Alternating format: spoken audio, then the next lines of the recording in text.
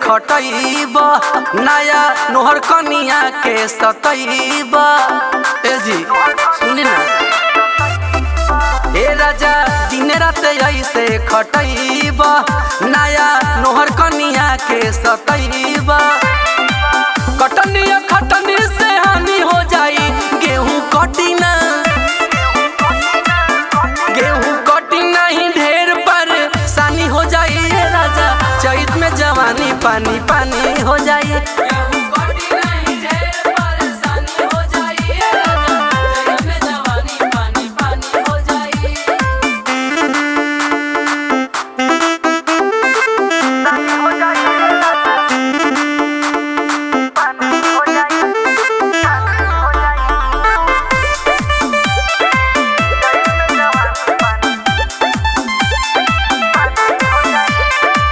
नैहर में कैले नहीं की होई कुली कमावा आई हो दादा घमावा से जर जाई चमावा।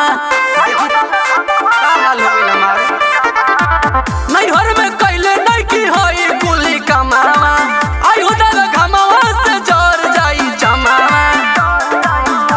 अंगे अंगे हो पिया टूटत बा हमर हाथ के मेहदिया भी छूटत बा। सोना जस दहिया चानी हो जाई गेहूं काटब ना गेहूं काटब नहीं ढेर परेशानी हो जाई राजा चैत में जवानी पानी पानी हो जाई।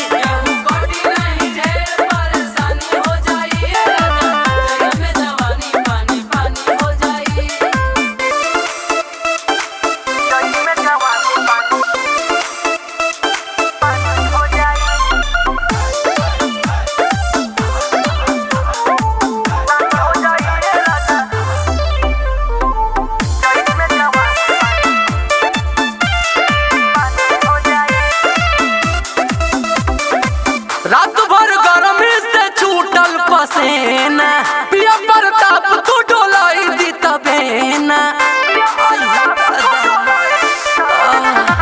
रात भर गर्मी से छूटल पसेना पिया सरोज तू डोलाई दी तबेना।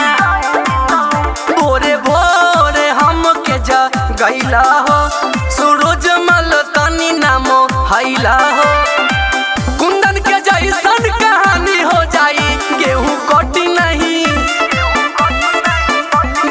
कटी नहीं ढेर परेशानी हो जाई राजा चैत में जवानी पानी पानी हो जाई।